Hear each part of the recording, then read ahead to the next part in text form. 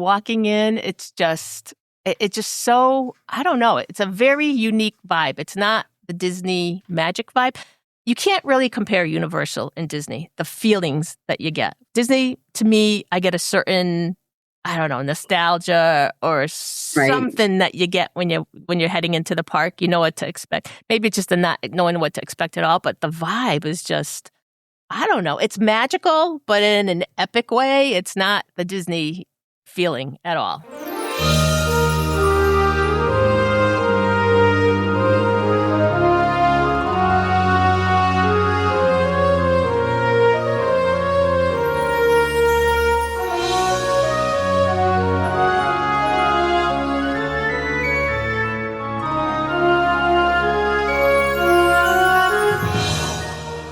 Yeah, Margita's back on the show, and this trip starts with one of the most Disney Geek reasons ever.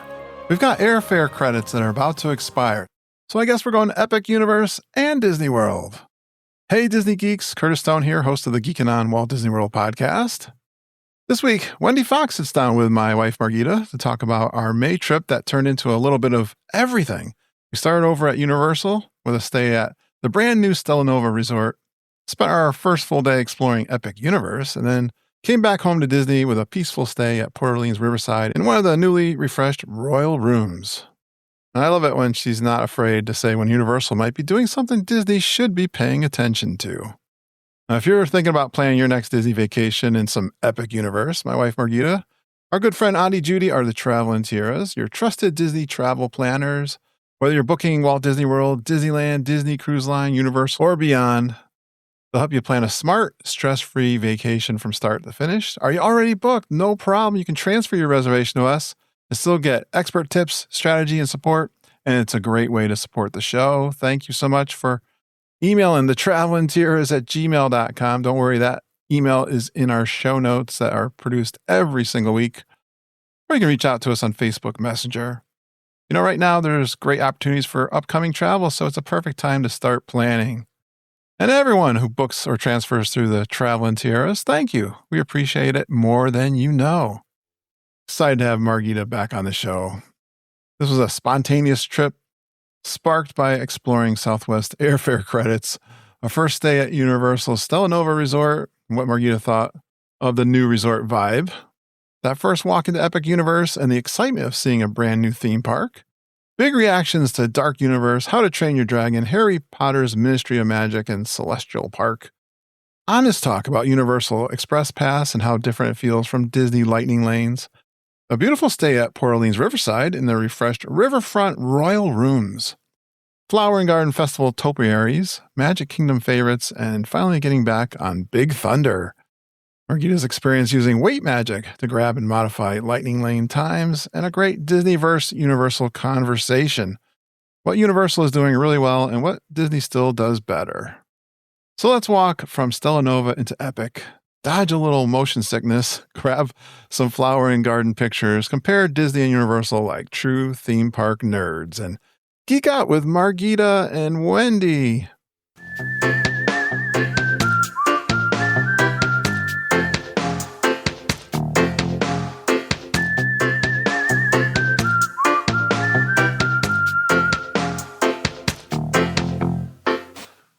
So normally when we do a trip report, we start with who'd you go with and how'd you get there and where'd you stay? So, all right.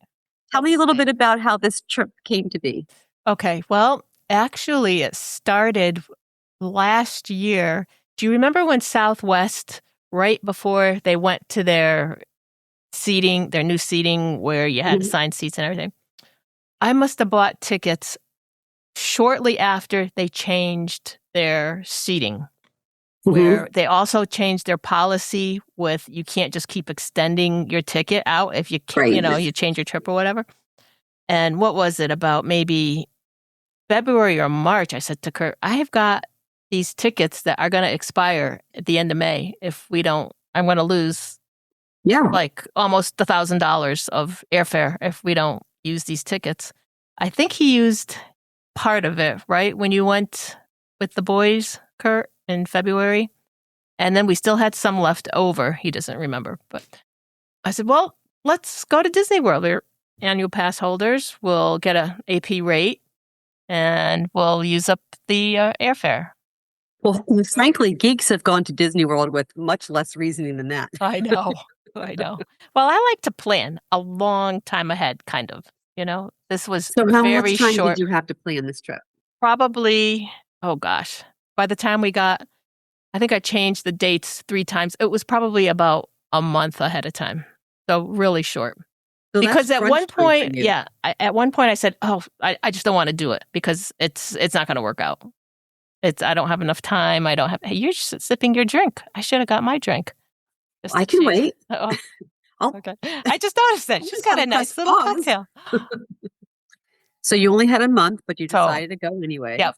And we went, and I don't know, it just kind of bloomed very organically without much planning. Judy and Ken, my usual, cohorts in crime, were going on some cruise that they had booked a long time ago. And we didn't tell anybody. Let's just go. Let's just go and do it all on our own. Actually, one of Judy's comments was, did you miss her? Oh, I did miss her. I must be honest. We drive each other nuts sometimes with our planning. But I did. Right. It felt really strange not to be planning with Judy. So I don't like to do that very often, to go without her. But we did. So did it just start as Disney World? Yes. And then in my mind, I'm thinking, Kurt's been wanting to go over to Universal for years now. He's been saying, I want to go. We haven't been. You're a travel advisor. We really should go over and see what's going on over there. And I took a look at, we are privileged to have travel agent rates, with Universal. We got a nice rate over at one of the little newer resorts, Stella Nova. And I said, let's go over there for a couple of days. So we did. We added it on at the beginning of the trip. And then we moved over to Disney. So you kind of had 2 halves of the trip. The Yes. Universal half Oh. and the Disney half. Yes, I can see Kurt waving at me. He's waving. Go ahead. And you were doing the Universal training, so that was a motivation for you annual too. training, came up, and I thought, let's just do it. Wait a minute, let me see. That was Saturday.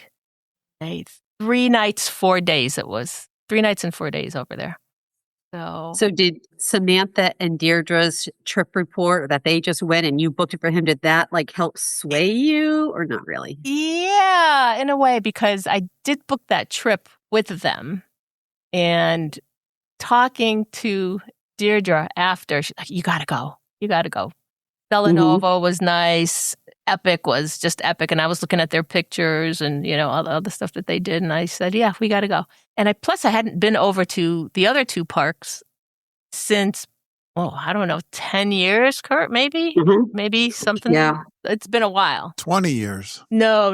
It was, the last time was with your 15 years. Oh, you're right. Your work right. trip. We did one night there. Kind of tagged along, yeah. But still, I mean, that wasn't enough time to really see everything. So I said, we got to go and check that out. So we did. And where'd you stay at Universal? We stayed at Stella Nova, which is one of the newer, there's a couple of new ones that opened there, Epic. The other one is Terra Luna, I think, which is it looks identical to Stella Nova. But Stella Nova is on the street that connects to Epic. So you can basically walk there in less than 10 minutes. I feel like it took us 5 minutes to walk there. I think we were so excited. It's such a straight shot, such an easy walk to get down there. I think it's quicker than, the Contemporary to Magic Kingdom. Oh, wow. Really quick, just a straight shot. Or you could take the bus. They have buses running constantly, but it was just so exciting to walk out and go to a new park. Have you been there, Wendy? Have you seen Epic yet? Okay. So it was just really fun to have that new park feeling. I've never been there before. What's it all about? It was really exciting and great. I don't want to say too much for you or other people that haven't seen it, but well, you need to say a little a teaser. So first tell us about the resort, because that was a new resort, and I know a lot of people haven't stayed there. Yep. That resort opened in January of 25. So just 18 months old by the time we got there. To me, Stella Nova is okay. It's called a prime value resort in Universal lingo. To me, it felt like a little bit of a step above the value resorts at Disney, and maybe like close to a moderate, I would say. It's lovely because it's brand new. I like that whole. It still feels clean and shiny new, and felt really good to be staying someplace like that. It's not. Like you go over to Caribbean Beach. It's been around forever. I love Caribbean Beach or Port Orleans, but there's, you can tell that they're older resorts. No. This is just spanking brand new. So it's just got that, new car smell, So then what's the first thing you did? You did Epic first? So no, we had Universal. Actually, let me back up a little here. We flew in super early. For some reason, we had this 5 a.m. or 5:30 flight, 5:15, I think it was. So we got there pretty early in the morning. Actually, we had gotten up about 1:30, maybe. Oh, wow. Pretty early. So by the time we got there, checked in, it was probably 9 o'clock. And I think Islands of Adventure or Universal didn't open till 10. They don't open early. Well, they do for resort guests. Right. And we had missed that, which would have been at 9 o'clock. But they're not like bright and early like Disney is, 7 o'clock, 8 o'clock, whatever. So we went over to Universal Studios first thing and walked around there. Gosh, I didn't take any notes of what attractions no Express Pass for that. I didn't buy Express Pass for Universal or Islands of Adventure. We just did it for Epic. And honestly, it was a Saturday. And we really didn't need it, even for a Saturday. Was it Saturday in May? I mean, maybe May is just a slower time for Universal, but... Well, a lot of graduations, a lot of school endings, a lot of that kind of stuff. It wasn't super, super busy. So we were pretty much able to do whatever we wanted. Yeah, honestly, it was a little hazy for me. Kurt's going to laugh. Because you were up so early. I was up so early. I take my Xanax for my travel. I don't like to travel, fly like that. I had boning and just the heat. And by the time 10, 11 o'clock rolled around, I was a little loopy. Is that a good word for loopy? Yeah. Travel day's a rough day for you. Those are rough. Yes. Especially when you're talking about getting up at what you're really not really getting a night's sleep. No, especially because I think I went to bed at 9 or 9:30, something like that. Tried to get in bed at least early. Even if I didn't fall asleep, I was in bed. But so you're getting like 3 hours. So I was a little loopy. What I remember about Universal Day was doing the animal show, right? There's an animal show. And I was very sleepy during that just because I was beat at that point. We rode Men in Black, which I love. Have you've done Men in Black, right? I have. I've been on it. I actually have an annual pass to Universal, but not Epic because it's very inexpensive for a Florida resident. As soon as Epic opened, then they had these discount rates for if you're Florida resident. So I think it was maybe, I don't know, I think I paid $200 and something for the year for the other two parks. Wow. So, and my grandkids really like the rides there. So I don't care for as much as Disney, but we'll get that. We'll ask you about that later. So we did Men in Black. Liked it. It's really like a glorified Toy Story Mania to me. Maybe a little bit more aggressive than that because it actually spins around more when people are firing at you. Right. What else did we do, Kurt? You got to help me out on that day. Oh, the Mummy. Yeah. The Mummy ride was really fun. Little coaster, right? Yep. I'm not a big coaster fan. Like I wouldn't go on any of the big ones, but Lindsay said that one was really fun. And I've heard other people say it's not crazy, steep drops or whatever. Very short. Did you do E.T.? Yes, of course. Have to do E.T. Love that one. They say your names. Yeah, they say your names at the end, right? You know how they at the beginning you give them your name when you check in, and then you get on, and ET says everybody's name in the car. Of course, he never says mine because I don't know. I should just say Sue or something. When then we went on Hogwarts Express. Okay, and switch parks. Yep, just to go over there. Did you do anything else in the Harry Potter area, or just the train? That day, that was it. That day we went, no, I think we went over because we had a dining reservation, an earlier one, because I knew we were going to be tired. So it was probably like 4 or 4:30. We went over to Mythos is where we were going to go. So we took the Hogwarts Express, which was really fun, really cool. I mean, if you're a fan of Harry Potter. Before? Huh? Was that your first time? That was the first time. Oh, I had never done that before. That wasn't built the last time I was there. Okay. Yeah. That's a really nice, I think, in my opinion, the best thing Universal has is the whole Harry Potter and the theming and the way the Hogwarts goes back and forth. Of course, I haven't been to Epic, but I just love the way they do that. And the Hogwarts is just that nice little touch. Yeah, and the details, and it was just the whole train thing was really, really well done. Really enjoyed that. You really like that triple decker for some reason. You kept saying that's really cool. Out front. Oh, the night bus. The night bus, yeah. Yes. Like in the books, right? In the movies. Yeah. Kurt I don't think he's seen any of the movies. Have you, Kurt, or read any of the books? No. I don't think he's at all into it. But we got in line for that before we headed on the Hogwarts Express, and they have, the what's the shrunken heads guy in the night bus that talks to you. Well, I can't remember his name. Trivia for people that love Harry Potter. He's Jamaican, isn't he? Yeah.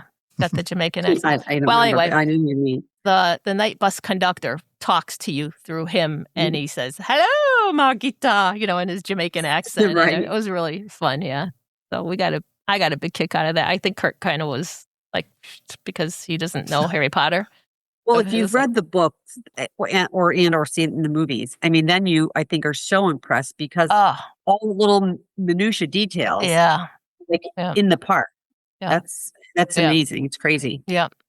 And the last time I was there, they did have the night bus, but you know where it was? It was outside a City Walk. It was outside near the Hard Rock. Oh, it wasn't in where it is now. And they didn't have any characters around it. It was just the night bus, so that's how long ago it had been since we were there.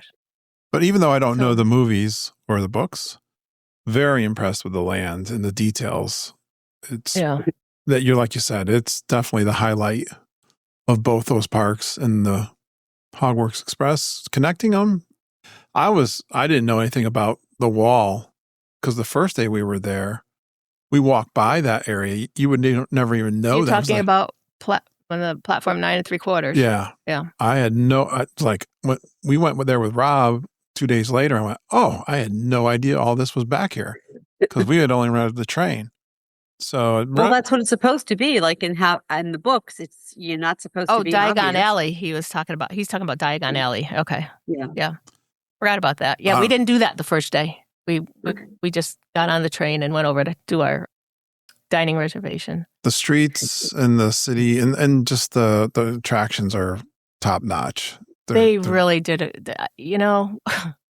Disney, I think Disney has reason to be a little nervous with what Universal's got going on, especially with Epic. Mm-hmm. For sure. Absolutely. Yeah. I was so impressed with Epic. Just loved it. Loved it. You got to go. So what did you think about the dining reservation, Mythos? Because I know when we walked by it, they have this big giant sign outside that says it's like the best restaurant. It says the #1 rated theme park restaurant in the world. Okay. So would you agree with that statement? Well, I had said that to Kurt. The one place I want to try to eat because it's closing. I think it's closed now, as a matter of fact, because I think they've torn down I didn't know that.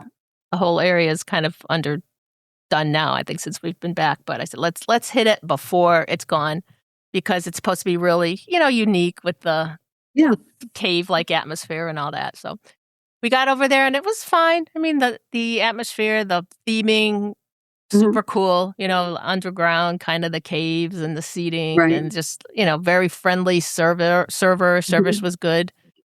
Food was, I don't remember what I had, Kurt. I must have had a burger, right? I probably got the burger. You got some kind of steak. There's a couscous with a kebab. Shish kebab sort of thing. Beef kebab. Beef kebab. And we're both eating. I mean, the service was a little slow. For some reason, our food wasn't coming, but that was fine. We were hot, tired, super tired and just wanted to eat and go back to the room.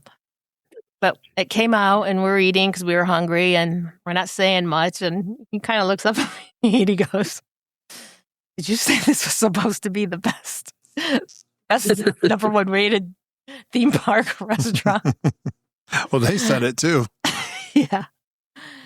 And I said, that's what they said. It really, it was edible, but it wasn't the best theme park food that I've ever had. I don't know if it was just because they were, they knew they were going down. It just wasn't, the steak wasn't, I didn't have a taste of his, but the steak wasn't tender and it wasn't, I think it was a little dry. It just wasn't. I didn't realize it was closing. So yeah. And the burger was a burger. Yeah. And then needless to say, that was the start of my stomach issues for several days after that. Uh-oh. So I can't say it was the restaurant, but when I got back to the room that night, I had problems and it kind of lingered over 3 or 4 days. So I don't know, but it was not the number one theme park restaurant experience that I've ever eaten. Okay. Well, you know what? You could say that you've tried it. We tried it. How's Yep. that? Yep. And chalk it up and move on. Never go back. Yeah. I think it's gone, Wendy. I don't think it's there anymore, but we did it. And that was that. So, and that was day you one. had an early night. We had an early night. Travel day. Yep. And I think we were out within, jumping in the shower and then just going to sleep. Yeah. No, there was one more little thing we did on the way out. I had never had Voodoo Donuts. And I said, we're stopping at Voodoo Donuts on the way back to the room. So I did stop and I walked in and I got the actual voodoo doll guy, that's shaped like the voodoo doll with a stake through its heart and everything. And it bleeds red jelly. So got that. And I think a Captain Crunch donut and a couple other weird flavors. Did you have them for breakfast the next day? Well, I think Kurt did, right? Kurt, you had a couple of donuts. Yeah. But Voodoo Donuts are good. I want to feel better next time for that. That's a must do. They do make very good donuts. Okay. Good experience. So then you rested up for the big event. Big event was the next day. Yeah, Epic was in the morning. So we were up bright and early and went downstairs. And I said to Kurt, let's take the bus. He goes, no, we can walk. It's just right down the street. Yep. So, I wanted to check it out because Deirdre and Samantha had walked down. And sure enough, just a straight shot right out the front doors. I swear to God, it was a 5-minute walk. It wasn't any longer than that. Great. I don't know. I think we were kind of moving along too because we were excited. Yeah. Walking in, it's just so, I don't know. It's a very unique vibe. It's not the Disney magic vibe. You can't really compare Universal and Disney, the feelings that you get. Disney, to me, I get a certain, I don't know, nostalgia or something that you get when you're heading into the park. You know what to expect. Maybe it's just the not knowing what to expect at all, but the vibe is just, I don't know. It's magical, but in an epic way. It's not the Disney feeling at all. Now, are they still limiting the number of guests that go in? Because I know when it first opened, you had to make, I'm not sure if it was a reservation, but you had to. Oh, I don't think so. I think in like the first couple months. Yeah, no. I can't remember how, but you could only, I think you had to buy a ticket for the day you were going or something to try to make sure that it wasn't too crowded when it first opened. Yeah, no, I think we just, no. You just bought a ticket and went. Okay. Bought our ticket, as part of the package and that was that. What's really different about Universal compared to Disney, and it's actually a lot easier, in my opinion. Disney with the, you got to be on your phone a lot. Do your lanes and your whatever. Universal, we got the paper tickets, the paper express pass. Yeah. And now that I think about it, I should have just put it on my phone to scan because you do need to pull out your paper or your phone, whatever, to that's your fast pass or express pass or whatever. But it was so, the amount of planning we did was like pretty much nothing compared to planning for Disney. What was the price of that express pass? Because my remembering was that it was a lot more expensive than it was more than the ticket. Multi-pass lightning lanes. It was more than the ticket to get into the park. So more than $100. Oh yeah, I think it was $244 or so each. A person. Yeah. Wow. Or the day ticket was, well, again, I had the travel advisor ticket, so it doesn't compare. But the from selling Universal, the Express Pass does cost more than your ticket to get into the park. It's almost as much as, what's the one that Disney has where you just go on, not the multi-pass, that's like $30 a day, but what's the other one that you could just go on everything? The Express Pass Unlimited. Yeah, I mean, it's almost that price point, isn't it? Yeah, well, they also price according to, if you're real close to your date of going and you buy it, then the price is going to be, I mean, I've seen Express Passes be $400 or $500 around like April vacation. Yeah. So they Peak do time. that. Yeah. But it's well worth it to get that. And we only had the one day there. So I wanted to be there from morning till night, and I wanted to ride everything except can't think of what the name of those two coasters are that go in Celestial Park. The two dueling coasters. You know what I'm talking about? The big ones. I wouldn't. So one's in Universal or an Epic? An Epic.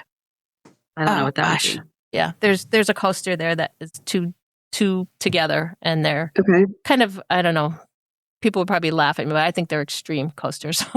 So that's not my jam. Yeah. So, but I think everything else we did, and Deirdre had said to me, if you like the movie How to Train Your Dragon, that to go and see the dragons and do that first thing. So that's what we did. We went, not knowing the lay of the land, kind of just looking at the map and saying, okay, How to Train Your Dragon land is this way. And so when rope dropped, we took off when we went down there and we got in line right away. By the time we got our bearing, we ended up finding out that we went all the way around that whole land instead of going like directly to, because I just, you just don't know. You don't know. It's the first time you're there. So there was a bunch of people in line ahead of us, but that was the first thing I did because that line gets long and there is no Express Pass to meet. Oh, for that room. For that meetup. That was a smart move then to go there first. We got that out of the way.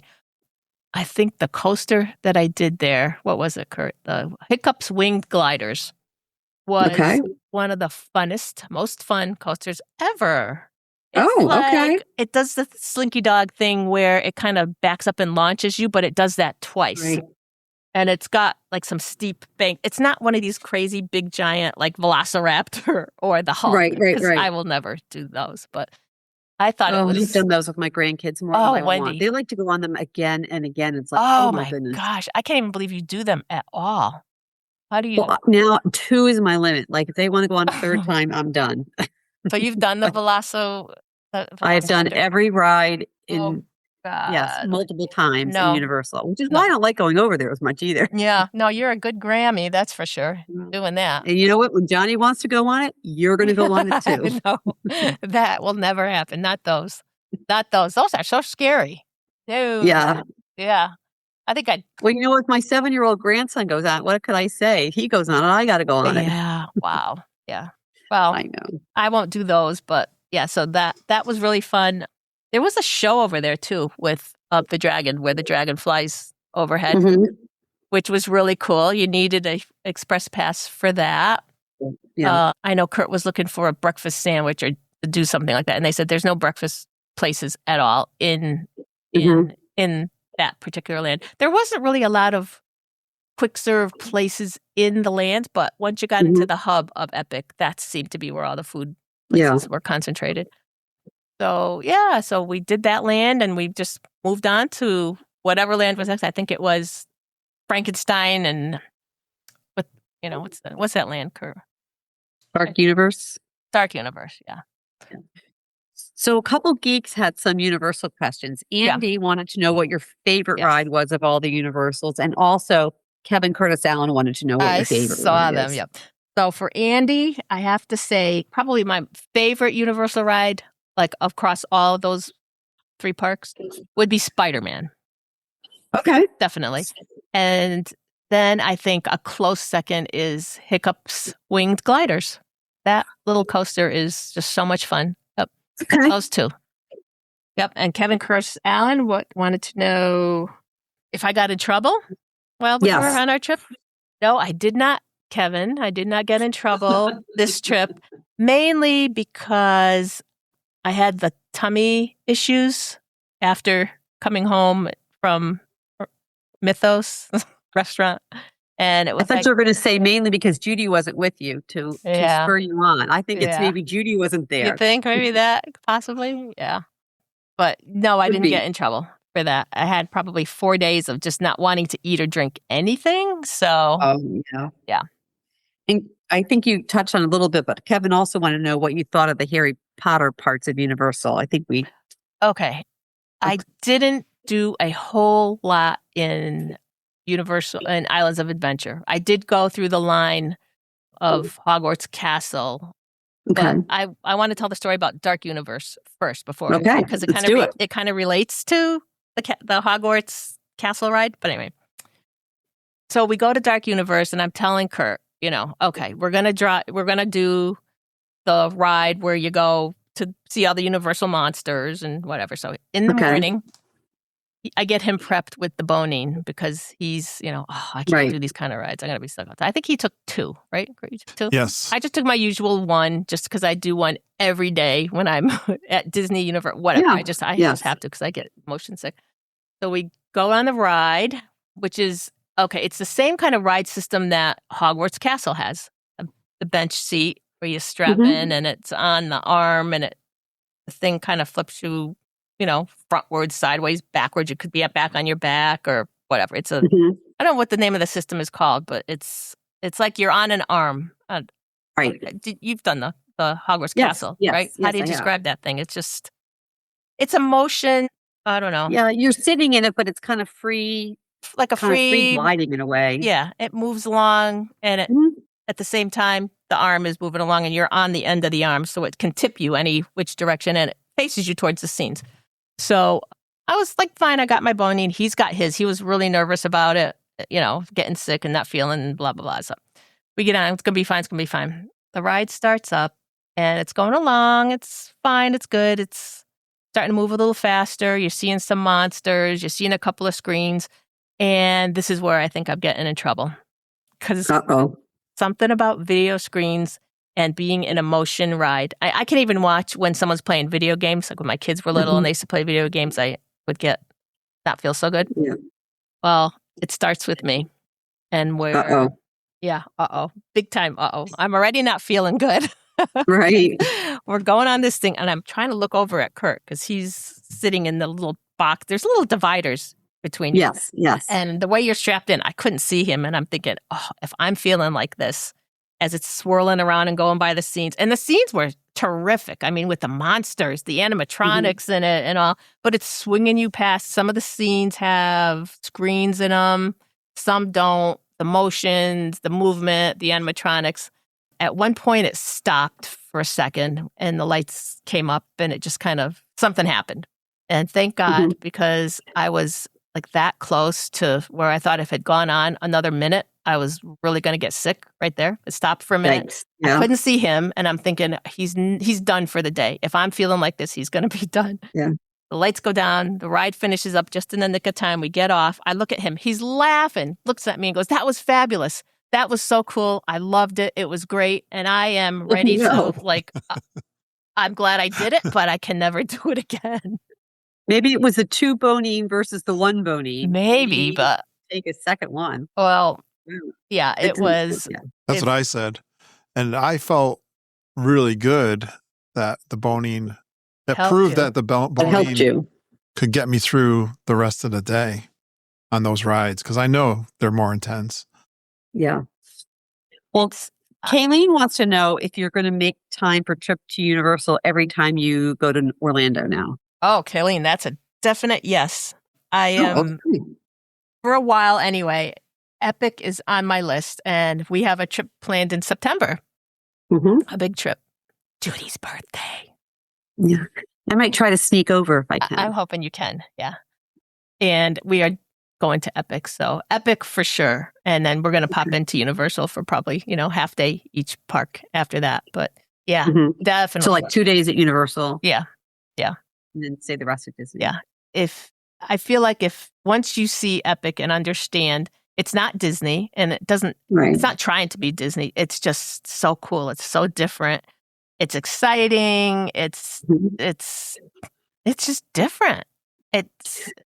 I'm trying to wait until there's some kind of Florida resident pass. I think right now they don't have it yet for Epic. Yeah. But I'm hoping soon, maybe after the summer or something, that they'll introduce that. Yeah. When that happens, it's just so much, easier, so much more affordable. Yeah. And they don't I'm hoping sell. you wait it out, but you'll see. Yeah. I'll see or not. Right now, you can only buy a 1-day ticket to Epic. Right. Yes. So if you want to stay for a couple of days, you got to buy a 1 day, and then you got to go back and buy another day. Right. It's not. They don't even have like a 2-day bundle ticket or anything. So it's right. Hopefully they do soon. And they don't have anything with the hotel like Universal does, where if you stay in a premium resort, you get the whatever the they express call pass? express pass. Yeah, no, that was, from my understanding, a special deal that Lowe's cut with those 3 resorts when they were built. Okay. Hard Rock, Portofino Bay, and Royal Pacific. And it is my understanding that Epic will not have that. Okay. That was a special deal made at the time. So. Okay. So it sounds like you had a good Epic and a good Universal trip other than the one ride. Yeah, well, it was then on to Harry Potter Land, which is actually 1920s Paris. So it's not current. Well, the Harry Potter that, with Ron and Hermione. Right. So the 1920s version, and really beautifully done. Just to walk through the streets of Paris, it was so well done. Between the Dark Universe and Harry Potter world in Paris, it makes me very nervous for Disney because it's just so entertaining and so well done, and the details. And the quick service restaurants there are where you walk in, you sit down at a table, and they have a little barcode embedded into the table, and you scan your phone, the menu pops up your order, and then it'll tell you, this is your order, this is your number, and then the server brings it out to you. So it's like a quick serve kind of combo table service. Right. Nicely done. I don't know why Disney doesn't do more of that. That was really easy. I'm sure they will. Food was good. Yeah, so Harry Potter World they had a spectacular show over there. Cirque Arcana or something like that. Circus Arcana, which is that kind of like that 1920s, I don't know, kind of steampunk, weird kind of vibe, yeah. Very, very good show. They also have the Ministry of Magic attraction, which was dying to do that because, you get to go into the Ministry of Magic building. That whole it just really well done. If you go on YouTube, you can see the videos of how, it's spectacular. Spectacularly done. Thank God for the express passes, right, Kurt? The line in that building, the queue line is huge. And we walked, and then we were just walking straight on because we had the express passes. Yeah. And we were walking and walking and walking. It was probably almost like 4 minutes of straight walking without waiting. Kind of like the Pandora line is where you go walking. Right. When you just have to go all the way through. People were waiting in line. I'm thinking, oh my God, you're going to be here for 3 or 4 hours. How can you go without express? It's a lot of money, but you need it. Anyway. Well, especially if you're only going 1 day. Yeah, definitely. I guess you could hit it first thing in the morning, which I don't have enough experience yet to be able to say if you can go there first thing in the morning. I'm sure you'd probably get right on, but... Plus, you haven't done anything yet, so you want to do everything in that 1 day that you're there. It's not like after you're in Disney for a while, you've been there a number of times. You don't have to do everything every time. Yeah. So Selena wanted to know, how does planning for Universal Park days differ from Disney planning? So easy, Selena. The planning for Universal, I feel like it's all done before you come down. Like the big planning is, where do you want to stay? Which resort you want to stay at? How many days you want to stay? Do I want express pass or not? And that to me is the extent of the planning. That's the hard part. Okay. To me, it felt like once you're in the parks and you've got the paper ticket, I'm going to use a lanyard next time, actually, just to keep the tickets in, because it was just so easy, even easier than taking out your phone, just showing the phone, because you got to scan in with that pass for your express pass. and the ticket. So it just so much. You're not on your phone. The only time we were on the phone was, okay, to look at where do we want to eat? Maybe let's check out the menu, or to see a wait time if there was something. Because the express pass that we had, you could only ride an attraction once, and then wasn't an unlimited. You couldn't do it repeatedly. Right. Well, Disney's the same way with the Lightning Lane. You only get that one ride. Right. And that was the only time you're on your phone. Once you're in the parks, it's so much easier. It just flows, It's way less planning. Your planning's done. Your decision is going to be your resort and what kind of tickets you want. Yep. So I'm thinking back to last time you went to Disney where you were in multiple resorts. So was this time you were just in one resort at Universal and one resort at Disney? Yeah. Just the 2 resorts? That's the 2 resorts. Yeah. Okay. Yeah. Why are you I'm just asking because, like I said, I was in Europe when you were in this trip, and I was like 7 hours ahead, so I wasn't following as much I would normally be as you were posting things. So, so some of these questions, I'm like, I didn't really know. So, where did you stay in Disney? So Disney, I have been dying to stay in the Royal guest rooms at Port Orleans Riverside because I have never stayed there. Okay. And then right before we went, I found out, I don't know, I didn't know this as a travel advisor, that those rooms are being redone. They weren't going to be the real royally carpeted and the drapery and all that, which was fine because I knew we were going to get a fresh new room. They were done in April, and those rooms are right on the riverfront. The river, the Tuscaloosa. Right. Yes. Yes. And it was beautiful. It was just beautiful. It wasn't they totally went from that rich, fabric with the royal drapes and the fringe, the royal and colors, the whole, to really light and airy. I do like the wood floors or the faux wood floors.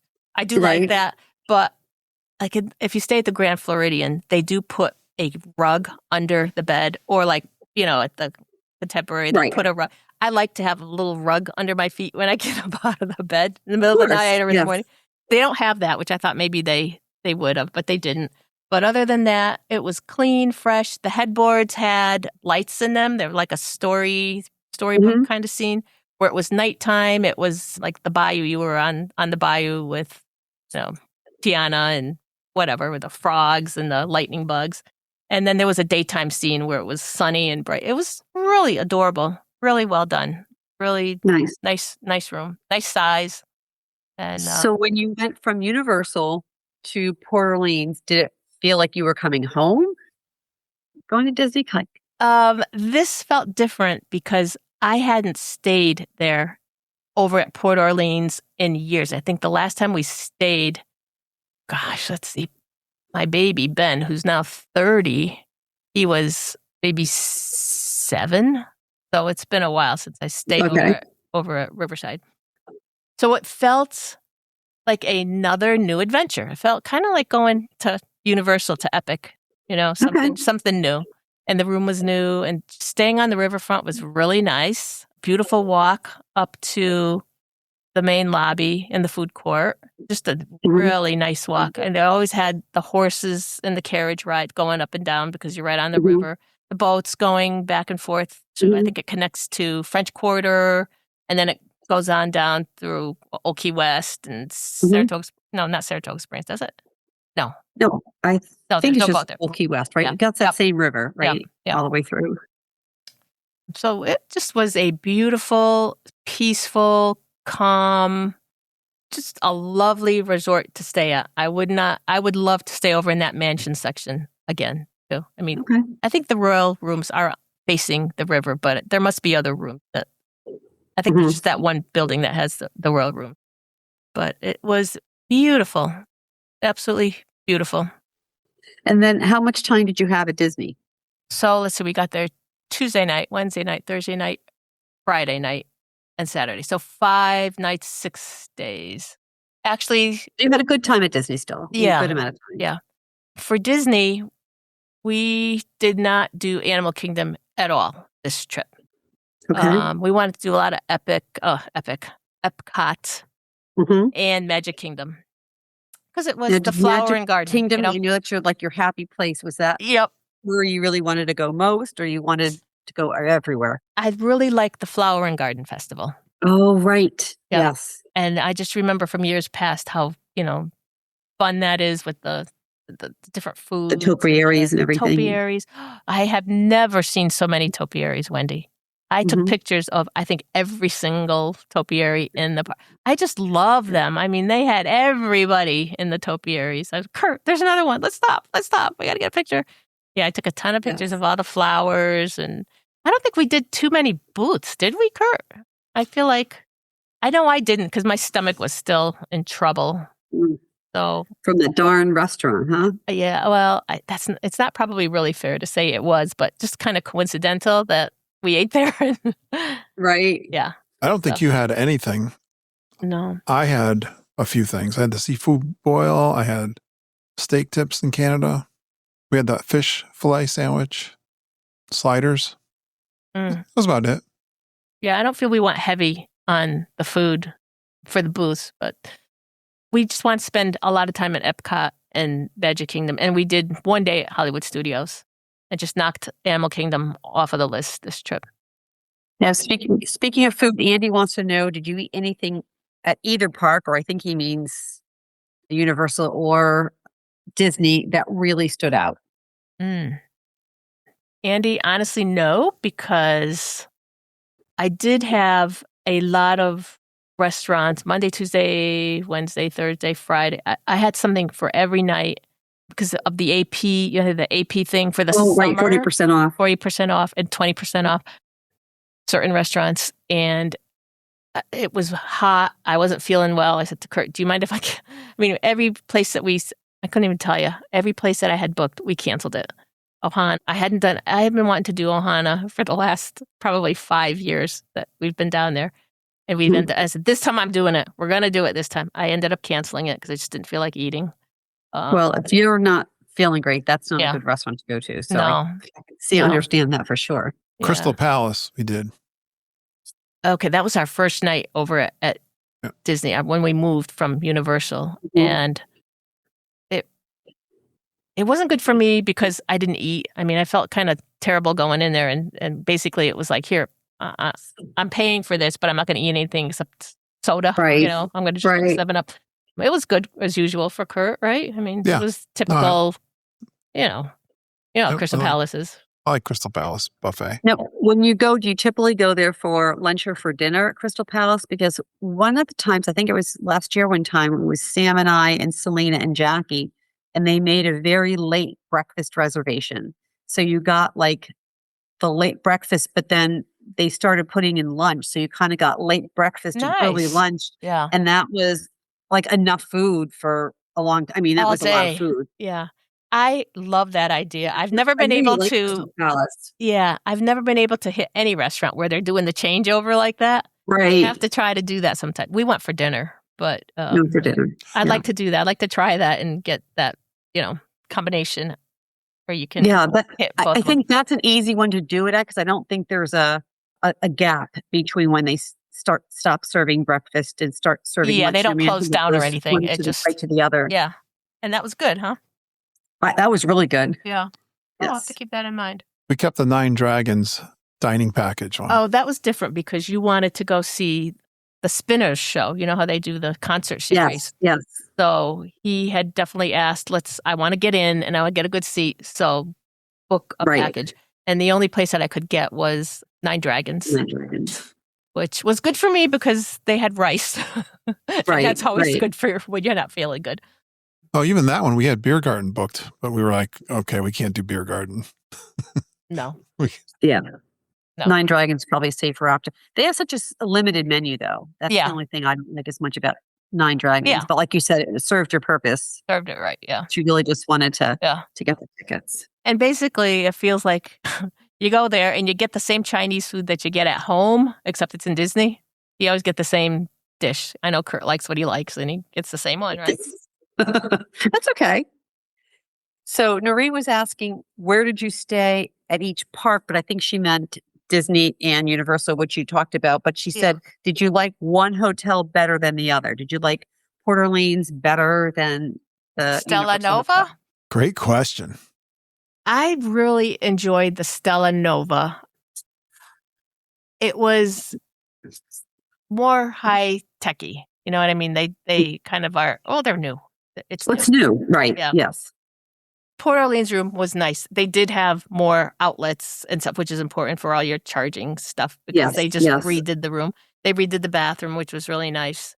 Probably if I like Caribbean Beach needs an overhaul. I like staying there because you're right on the Skyliner and it's, easy access to everything. They definitely need to do some updating with those rooms because those are kind of. I got to weigh in on this one. I would go with Port Orleans mansions because of the ambiance and the property is way better than the property at Universal because it's like.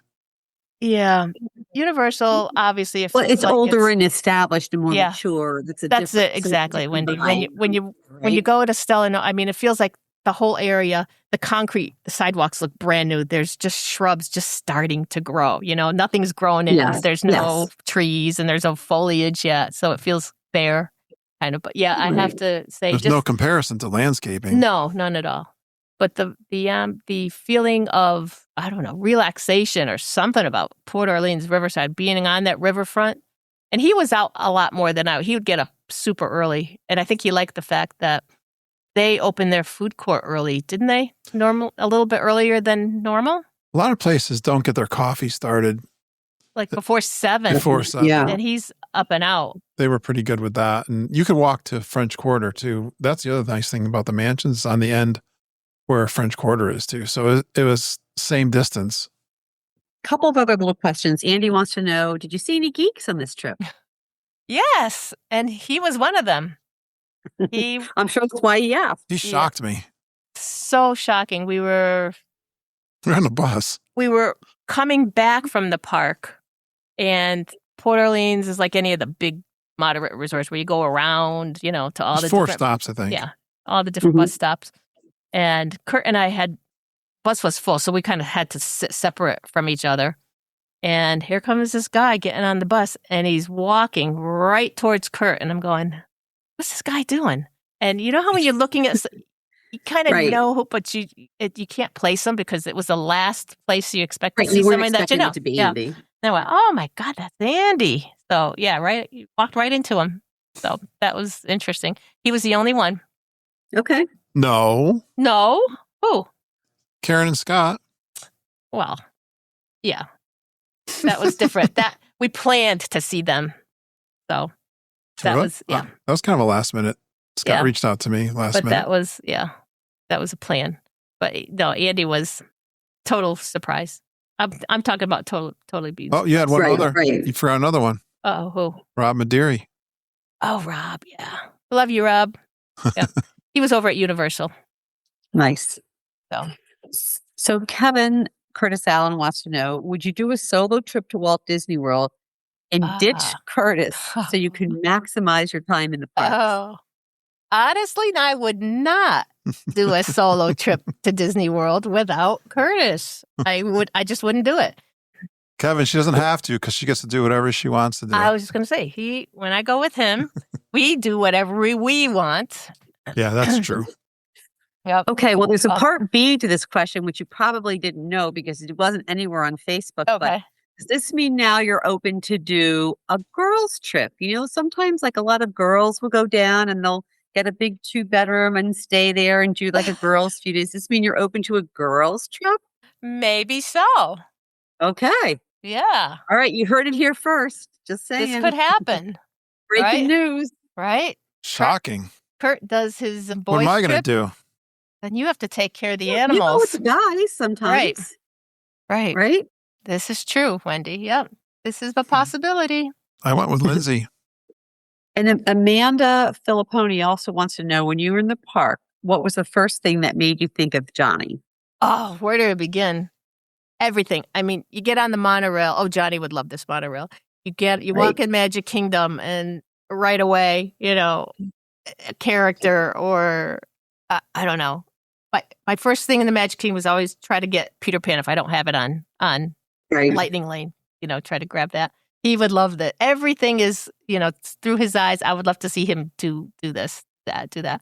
So yeah, it is wonderful. I can't wait until you get to take him. We're taking him in February. So great. Yeah, in February. February is the plan. Yeah. We did a lot of that, looking at things, trying to think of what it would be like to have him, like the water splash in Magic Kingdom before we went on Dumbo, that area. Oh yeah, right. And now, how old will he be in February? He turned 2 in May, so he'll be over 2.5 by February. Yeah, it's time. Look at it. A lot that they can do. Yeah. Yeah, there's plenty to do. Yes. Although I know, seeing it through my grandchildren's eyes, the things that you think that they're going to be excited about, probably not, right? That's not like the biggest thing. And then some little thing that you don't even think is anything, like holds their attention for a really long time. Yeah. And that they're going to love something, or they're going to love being in the pool rather than going to the park or something, right? That's always. Yeah. I mean, we're going for a week in July, and we have to stay so that the boys can go. They like to go night swimming, like after dinner. So we have like an early dinner, and they like going as it's getting dark and go in the pool. That's like one of their favorite parts, is going night swimming. Yeah. So, I mean, it's funny because they have a pool at their own house. I know. I was going to say, it's not like they're not, they've seen swimming pools. They've got their own. It's just something about a Disney pool. I guess so. Well, they have the big slides, big they have slides. different things we have at home. Like a water park at Disney. Now, this question is partly because you're a travel advisor, I'm sure, but Kimberly Latham St. John wanted to know, if someone had never been to Disney or to Universal, how would you explain the parks to them? That's a tough one. Ooh. Disney, I would say, as a travel advisor, you got to start thinking about it about a year ahead of time. Mm-hmm. You got to look at your budget and decide how much you want to spend, and then where do you want to spend your time. I always point people to my series of books, what are they called, Kurt? Unofficial guides. The unofficial guide, yes. Love those. And I just say, buy one of those and look at that and look through resorts. And your kids. I mean, if you're going with kids, you got to know, are they thrill seekers like your kids are, your grandchildren? Or, what you want to do there. Disney just requires a lot more planning. And Universal, once you know where you're staying, of course, they don't have the gamut of resorts like Disney does. Right. But once you got that nailed down where you're staying, pretty much it's, do I want the express pass or not? And then let's just go to the parks. I think that's true because of the immensity of the property. Disney is overwhelming because of the size of the land. Yeah. And the logistics. And they're so far apart. The four parks are not close to each other. Yeah. It's not like you can just walk from one to the other, really. Yeah. So it does require more thought and more logistics to getting around. So just getting to the parks is one thing. So then you have to take that into account when you're planning. In the parks, I feel like at Disney, you're constantly on your phone. You're constantly looking for, because you really can't go to Disney without lightning lanes anymore. Right. I mean, you could if you're frequently go and you just don't want to, ride anything or see anything. I feel like you're just constantly, you just got to be paying attention to that phone, looking at what's going on. At Universal, you can nothing really is attached to the phone. It's not necessary, and you can just kind of wing it more. I don't know. It seems a lot less stressful. You tried something new, Margita, on your phone? Yeah, I bought the Weight Magic. I've been following this. Oh, yeah, Tony had talked about that because I'm thinking about doing that months in July. And months. Would you recommend it? Yeah. We had good results with it. It's called Thrill Data. I've been following them for about a year. There's a website called Thrill Data. And that's who produces the Weight Magic, right? Thrill Data. Right. And you can look on that and see what crowds are going to look like and what the attractions are going to, what it shows you actually on there, what attractions are sold out for your days or whatever. And I really wanted to ride Big Thunder this trip. And of course. Oh, right, because it just opened. Just had opened up that week. And I had done my lightning lanes, with Disney, like ahead of time. You got to do all your lightning. Universal, there's none of that, It's just It's right. different. Done my lightning lanes, couldn't get Big Thunder. I looked on Thrill Data and the Wait Magic, and it was sold out for my one day that I had for Magic Kingdom that I was going to do it. I threw it into Wait Magic and said, make this my priority number one. I replace it with, you can replace Peter Pan with a tier 1 for a tier 1. And it found it for us. And it started off like 8 o'clock at night, and I just kept have it modified to an earlier time. And I think we got it. Wait Magic found a newer time? Yes. It probably, no, you put it in there, you set the parameters, and it finally got it down to probably 1 o'clock or noon or 1, something like that. Very, a good time for us that we would be over in this section of the park. And then, of course, we go over there and it's down. Oh, my. So we got, you know how Disney puts that free fast pass thing, come back and whatever. And so I was looking on the phone, constantly on the phone, looking to see when is Big Thunder up. For another time we go over, and it was down again, right, Kurt? Yeah, get over there. It was down again. I left and walked back again. We did end up finally getting on about 3 o'clock or so, and we did get to ride it. But if it hadn't been for Wait Magic, I would have not rode it this trip. So it works. It's a little tweaky. You know, you have to get used to it.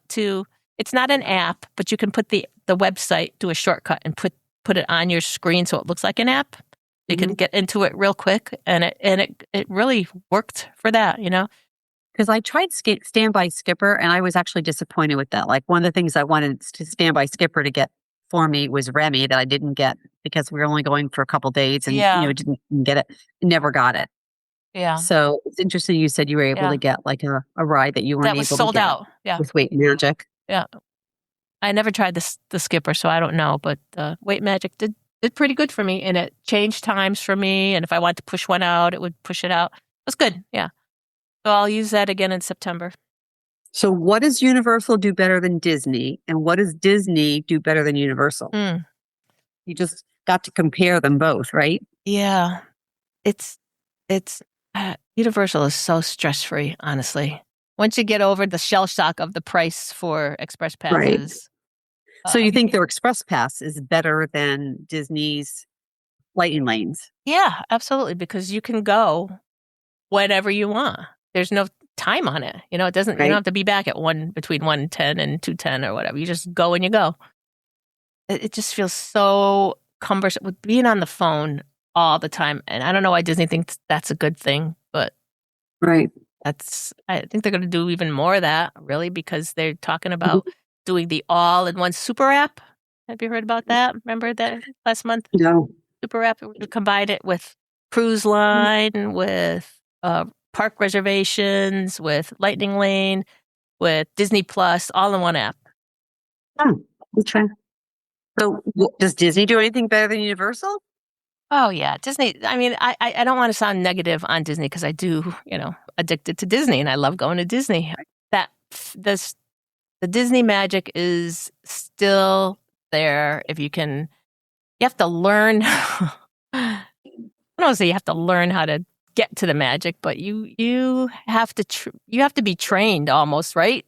To learn how to get through the parks if you want to experience all the attractions. Disney, what do they do? That's so, I mean, it's Disney. I'm going to say I wanted to go to Disney. I didn't want to do an attraction. Doing attractions is a big deal for me. I don't feel like I'm at Disney. I just cannot walk around the parks and just enjoy the ambience. You can, if you like that. That's not me. I want to be doing something when I'm in the parks. Right. Judy says she loves to she doesn't even have to go on an attraction at all. She could just be there, listen to Casey's Corner piano player, watch the stage show, grab something to eat, go to resorts, hang out at the resort. I like doing that too, but I also want to do the attractions.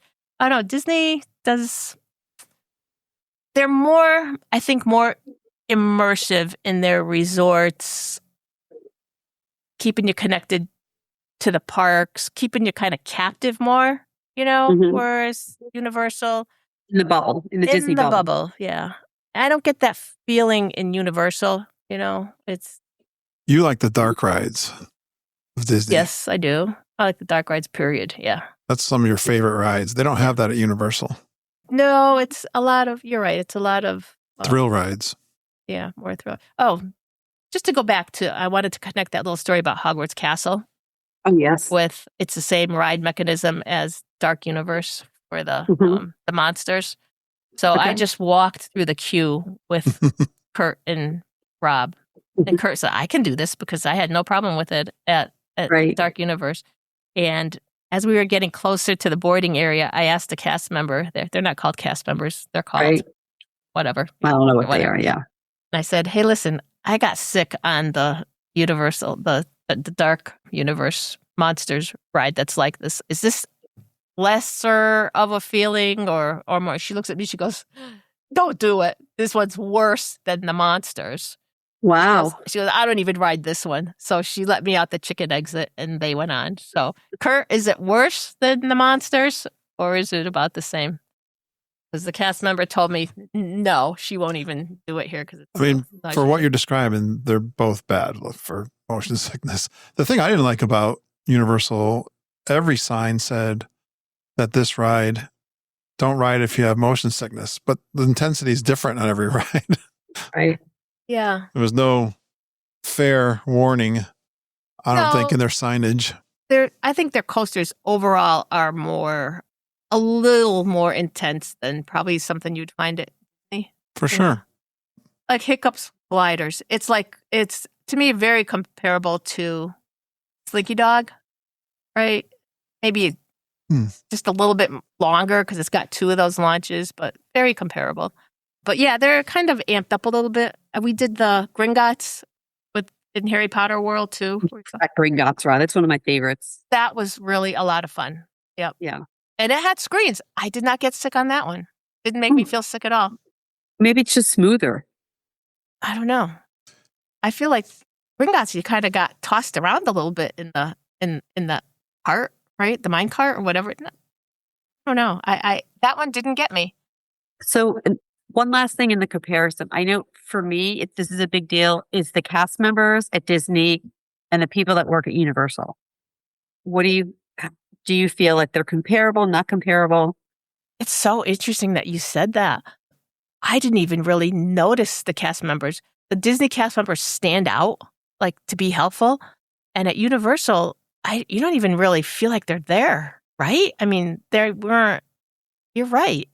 Disney to me felt more immersive with the cast members, and they're really going to play up the part and be there with you. Whereas Universal, I honestly, they just were like background noise. I didn't really feel like they got involved. I mean, this is just my opinion, but I felt like the Disney cast members were there that they wanted to enhance your experience. Yes. And there were so many of them. And if you needed something, there's like always just think someone about the Blue Umbrellas, you could go to a lot of different places. And I felt at Universal, a lot of times, like even in a store, you couldn't even find someone. Yeah. Or if you wanted to get a drink and the drink machine wasn't working, you couldn't find someone. Yeah, they're just like background. It's like an afterthought almost. Yeah. Like an afterthought. They weren't really outstanding, And there just wasn't enough of them. Yeah. They're not on the same level as Disney cast members. And the people that worked at Universal, I don't even know what to call them. I guess they're not cast members. No. They're employees. Like they just didn't really even engage. Like no, not at all, Wendy. Yeah. Cast members could like just talk to the guests. Or in Universal, it's like if you didn't, they were talking amongst themselves. Yeah, you wouldn't even know they were there. Except the only way I knew they were there was they would scan your Express Pass. Right. Other than that, they were like background. You're right. They don't push them to do any interactions like Disney does. Absolutely. Yeah. So now that you were in May and you're a few months out to your September trip, are you using what you learned in Epic and Universal to help with that, or what things you didn't do this time in Disney? I know that you were there before. There was a flower and garden. Well, this time there'll be food and wine. Food and wine, yeah. We were there last September. How are you getting ready to plan for your September trip? Oh, have not made any plans other than we're going specifically to celebrate Judy's birthday. She got a big one coming up. Other than she wants to do Hoop-de-Doo review on her birthday day. Oh, okay. So nice. That's the only plan right now. And we've got a couple of days tacked on for Epic Universe. And now I'm going to feel like I'm kind of not a pro, but I'm going to feel good about showing her and Ken Epic and what to do, and how to get around there. So that'll be nice. Do you feel like you need the express pass again? Yes. So as a travel advisor, would you tell people if they're going to Epic, they should get the express? They should. If you plan on doing, this would be the ideal plan. Go to Epic for 2 days. One of those days, use the express pass. The second day, you don't really need it, but if you want to hit another ride, a big one or an attraction or see something you haven't seen, do that first and then just work from there. So I would say 2 days at Epic because it's tough to see everything in one day. 1 day with the express and one without. And I didn't feel the need really for the express passes at Islands or at Universal Studios. I felt like we did everything we wanted to. We didn't get to ride Hagrid's coaster. Okay. I didn't have an express pass and the line was like a couple hours long. And I said, I'm not going to wait for it. So I did miss out on that by not. Okay. So you know what, Margita, that's one that I don't really get bothered by motion sickness. But when I got off of that ride, I was rattled. And I texted Deirdre because Deirdre said it's like one of her favorite rides ever. I said, why didn't you tell me? Like, I did not feel good. And maybe it's just because I had ridden several other big rides with my grandkids, but something about that ride, when I got off of it and they wanted to go on the second time, I said, no, one is enough for me. Wow. I don't know if I want that again. And again, I don't know if it's because, it wasn't my first, just after being, going on a few other rides and that was it. But that was the one ride I think I was one and done. Okay. So, and I know that Deirdre, I remember since it's her favorite ride. Her exact words were, it's delightful. I remember telling me it's delightful. Yeah. And like I said, it could have just been because I had gone on several other big rides and maybe that was just like the cherry on top. Yeah. The cherry on top. Yes. Did you ride the bike or were you in the sidecar? I rode the bike. And you felt sick. It seems like it's like Tron in a lot of ways. Felt sick when I got off. I felt like rattled. I can't explain it. And that's why I said maybe it was just accumulation of several rides. Yeah. But I remember texting her, why didn't you tell me? Yeah. I was prepared for this. Because I want to try that for next time, but hearing you say I'd be interested to hear what you think. Yeah, definitely. All right. Did we cover everything in Universal and Disney? And I think we got all the geeks questions. Oh, wait, let me just make sure. I got one for you, Margita. Yeah. You got a chance because of Scott for this cast member preview to see Soarin' Over America. What did you think of that? Right. I liked it. I actually made them, but I asked if we could just keep going on. I think we did it 3 or 4 times. 3 in a row. Did you really? Yeah, we just kept walking on and doing it. I thought it was fine. I heard it's got a lot of people saying, oh, it wasn't any good. It wasn't exciting. What did they say? Historically correct. It's not supposed to be a history lesson. It was soaring over, different sites in America. I thought it was fun. Very grateful for Scott for inviting us out to do that. That was really nice. That was fun. And I think that runs for a year. That's going to go for a year. Okay. Because I'm going in July. I'm going right after 4th of July. So I'm going for a week with the kids and grandkids. So nice. I'm hoping to get the new Big Thunder Mountain, the new Buzz Lightyear. Yeah. The new Soarin', all the new stuff. Have you bought the Weight Magic yet? I haven't. I will though. Yeah. And play with it a little bit before you go. I was actually able to set it up before I made my lightning lanes with Disney. Mm-hmm. So, and that you do 7 days before. So yeah. Right. So I have a little bit of time still. Yeah. Yeah. That's good. All right. Well, I'm glad that you had such a nice time. And how was the weather in May? Hot, not hot? It was on the warmer side. I think it was in the 90s most days. Oh, that is warm. Yeah, for Florida, right? That's a little early May. It was a little warmer than it should have been. Humid too, or just only a couple of days? The first couple of days, it was a little stickier, and then it got kind of better. But it's definitely not July or August or September. Right, the sticky time. Yeah, no, it was nice. It was such a nice trip. That's such a great time to go.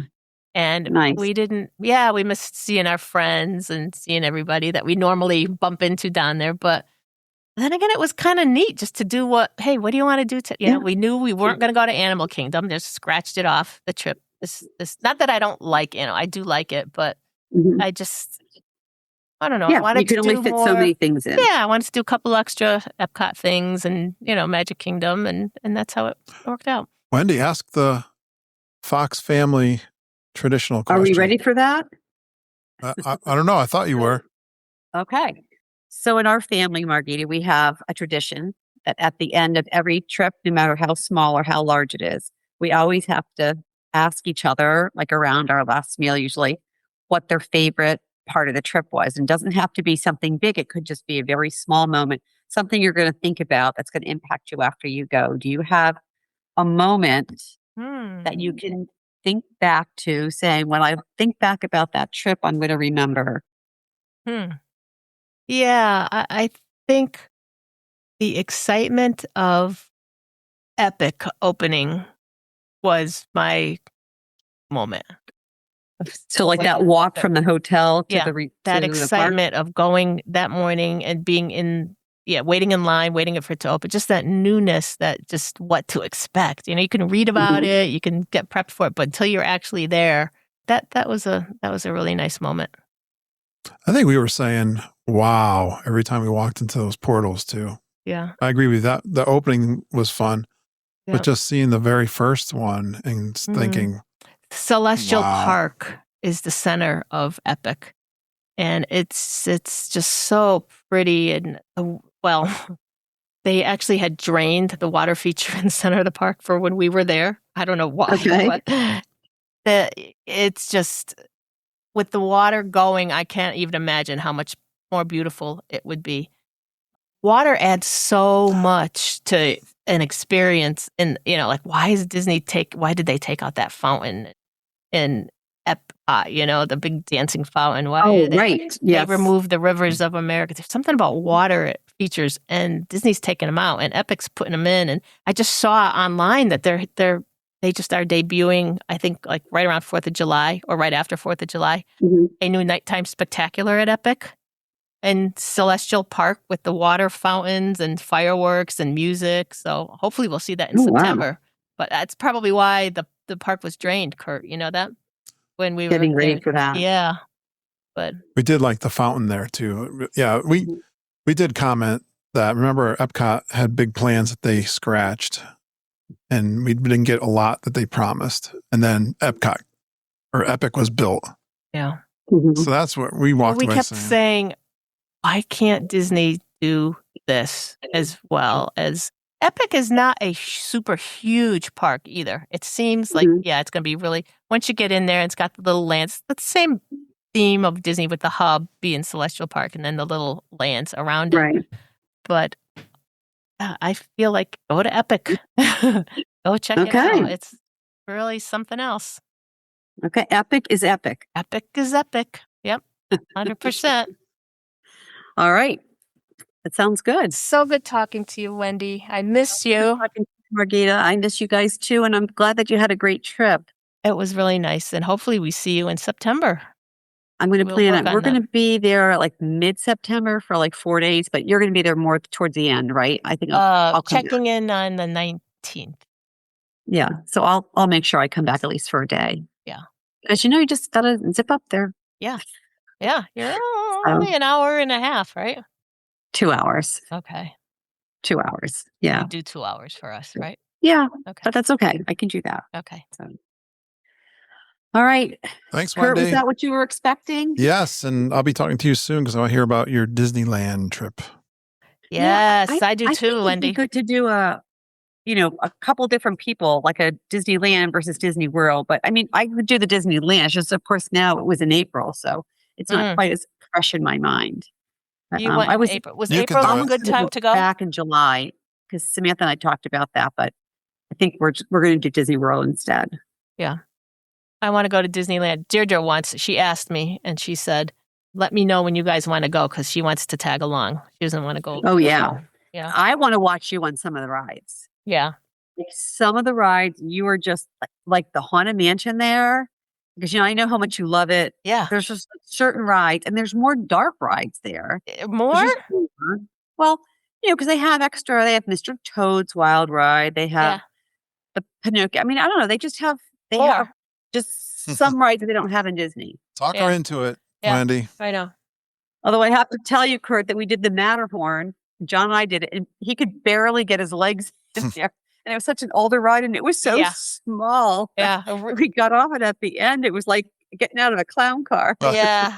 I have that problem, yes. And all rickety and everything too, right? It's not very rickety, yes. Like the older roller coasters. It's not wooden or anything, but just but just that rickety. The old tracks and everything. Yeah. Oh, Big Thunder is like butter when you go on it now. Oh, I can't wait. The new cars, the new track is so smooth. It's almost kind of like you miss getting tossed around a little bit the way it used to be because you're not expecting it to be that smooth. But it was, really, really nice. They did a good job. Yeah. Good. So. Good. Well, glad you had a great time. And thanks, Wendy. Please stand clear of the doors. Por favor, manténganse alejado de las puertas. Well, I really love sitting back listening to this conversation. Margita, my sweetheart, thank you so much for coming on the show and sharing your trip report with us. And Wendy, thank you so much for guest hosting and guiding the conversation. Thanks to our geeks who once again came with great questions. I loved hearing Margita tell the story from her point of view. Margita asked me if she was too tough on her opinions comparing Epic Universe to Disney World. I don't think so. I think our audience knows our heart is with Disney World. Even after all these years, Disney still has a very special kind of magic when you slow down and just let it happen. But don't take us geeks for granted. We want you to keep looking for ways to wow us like Epic did for our past trip. I just want to take one moment to thank everyone who supports the show through Travel and Tiaras. Margita and Judy are helping so many of you plan Walt Disney World, Disneyland, Disney Cruise Line, Universal, Epic Universe, and beyond. When you book or transfer your trip through them, supporting them supports the show. So thank you. It means a lot to our family, and it keeps the Disney Geek community going strong. It puts fuel in my tank. Again, reach out to them, travelandtiaras@gmail.com or on Facebook Messenger. And also my Patreon family. That's that website you can go to donate and support the show. Your support helps keep the podcast going and helps cover the costs of producing the show week after week. If you'd like to support us there, you can find us at patreon.com/geekinonwdw. We appreciate every one of you. Now, I want to hear from you. Have you been to Epic Universe yet? Are you excited to try it? Are you still all in on the Disney bubble? Come share your thoughts in the Facebook group because the Disney vs. Universal conversation is going to be a fun one for a long time. Now, on the technical side of the podcast, I transitioned the podcast hosting to a new hosting provider. I changed the RSS feed to the new podcast host, changed my email to Gmail, and moved the website from WordPress to the podcast hosting provider. I was busy this past week. Go check out the website at geekinonww.com. Now, why did I do this? There's a couple of motivating factors. I've not liked the RSS feed hosted by WordPress for a long time now, especially now that the hosting providers can do it. It's easier to maintain and simplifies my workflow. Second reason, my website provider was increasing the cost because I was over 10 gigabytes of storage after 13 years of podcasting. Going off WordPress simplifies my website too. And thirdly, maybe the biggest motivating factor, my new podcast hosting provider will support 2 podcasts for the same price. That means I can now work on a second podcast I'm calling Geekin' on Travel. I've been thinking about this for a long time, and now I'm set up to record trip reports with my friends that go on other trips beyond Disney World. Some of you have mentioned that to me. That would be something you'd listen to. If you're going on a great cruise, European or US vacation spot, or anywhere in the world, reach out to me and let's record. I'll let you know when the first episode is up there and running.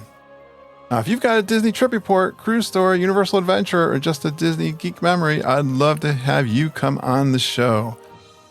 Because that's what this community is all about. Sharing the magic, the laughs, the tips, the surprises, and sometimes even the rides that make us a little woozy. Thank you so much for listening and going geeking on Walt Disney World with us. And we love this community. We love you, geeks. Until next time, keep taking care of each other. Have a magical day, and may all your dreams come true.